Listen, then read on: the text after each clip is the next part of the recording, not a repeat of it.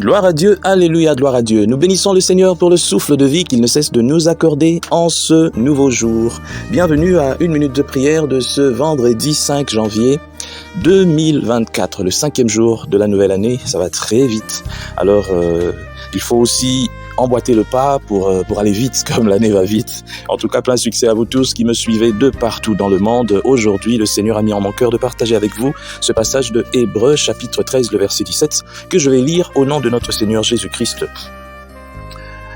Hébreux 13, 17. Obéissez à vos conducteurs et ayez pour eux de la déférence, car ils veillent sur vos âmes, comme devant en rendre compte, qu'il en soit ainsi, afin qu'ils le fassent avec joie, et non en gémissant, ce qui ne vous serait d'aucun avantage.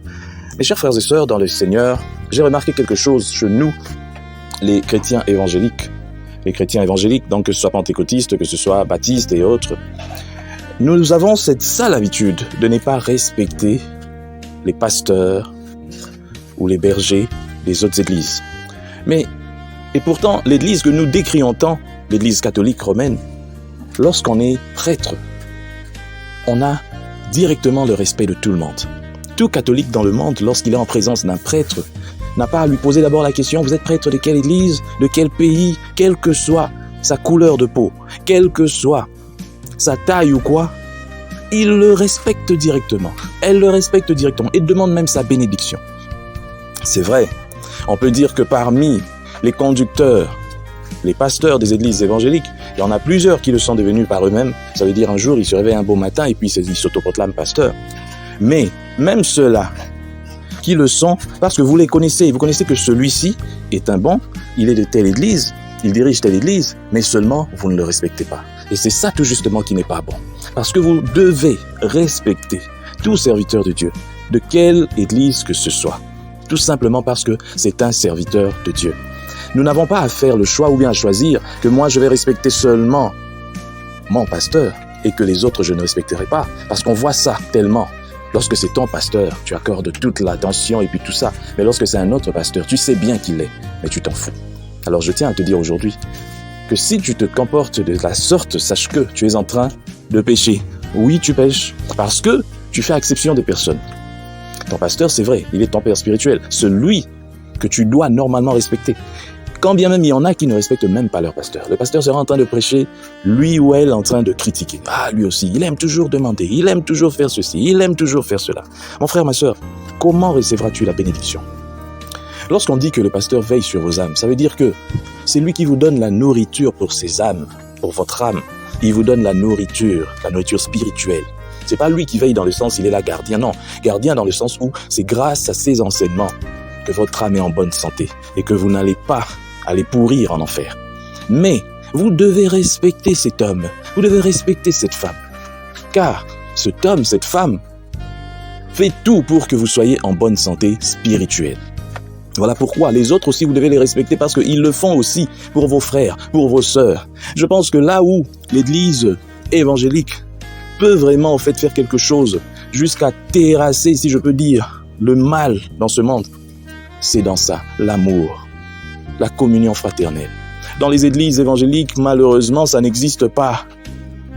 Il y a deux églises qui se battent, deux églises qui se critiquent, c'est-à-dire deux pasteurs qui sont tellement ennemis que même les fidèles aussi deviennent des ennemis.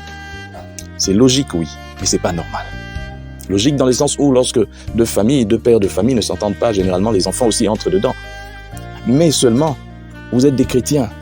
Normalement, il ne fallait pas que les choses soient ainsi. Vous devriez être au-dessus de cela. Mais malheureusement, nous observons cela. Des églises qui ne se parlent. J'avais appris il y a quelques temps, il y a des années en tout cas, deux églises qui étaient devenues des églises rivales. Ça, c'est pas normal. Donc, lorsque seulement, dès le moment où vous êtes devenus des églises rivales, Dieu, le Seigneur Jésus-Christ a quitté, c'est-à-dire le Saint-Esprit a quitté.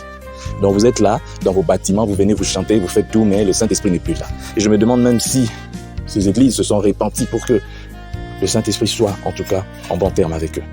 Donc, je veux dire que vous devez respecter les serviteurs de Dieu. Je vous le répète encore, c'est grâce à ce respect que beaucoup seront bénis. Respecter, ça ne veut pas dire seulement leur donner votre argent ou quoi. Non, déjà le simple fait de reconnaître. Le simple fait. Ce n'est pas votre pasteur qui est le seul pasteur du monde. Il peut être même brillant, même je ne sais pas quoi. Ce n'est pas lui seul. Et d'ailleurs, peut-être dans les cieux, dans le royaume des cieux, celui-là que tu négliges, qui n'est pas connu, qui peut-être n'a pas les moyens, qui n'a pas de voiture, qui n'est pas... Peut-être celui-là dans le royaume des cieux, il est plus grand que ton pasteur, qui a des maisons, qui a de je ne sais pas quoi. Le plus important, c'est le respect. Accorde aux serviteurs de Dieu le respect qu'il faut. Juste le respect. C'est tout ce qu'on te demande en tant qu'enfant de Dieu. Juste le respect. Et abstiens-toi de critiquer les serviteurs de Dieu. Abstiens-toi. Je l'ai toujours dit. Abstiens-toi de critiquer les serviteurs de Dieu. Si tu vois quelque chose de mal chez un serviteur de Dieu et que tu es proche de lui, vas-y, approche-le. Parle-lui. Essaye de comprendre. Dis les choses. Et peut-être, vous pouvez aussi arriver. Tu peux arriver aussi à le faire changer peut-être. C'est ton frère, c'est ta sœur. Mais le mal, c'est de voir quelque chose et aller raconter, s'asseoir, raconter, commencer à commérer. En tout cas, si tu as eu à le faire, demande pardon. Demande pardon à Dieu. Dieu te pardonnera. Mais si tu continues et que tu ne veux pas le faire, c'est ton problème. Tu verras au fait les retombées de ce comportement-là. Que Dieu bénisse sa parole. Nous prions.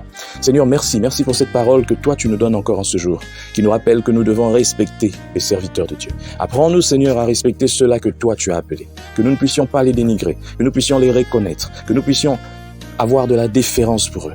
Et pour tout serviteur de Dieu, même si ce n'est pas notre pasteur. Bénis ce peuple, Seigneur. Bénis-nous, Seigneur. En cette nouvelle année, nous voulons des bénédictions. Nous voulons être, Seigneur, à la hauteur de nos attentes. Que toute gloire te revienne. Au nom de Jésus-Christ. Amen.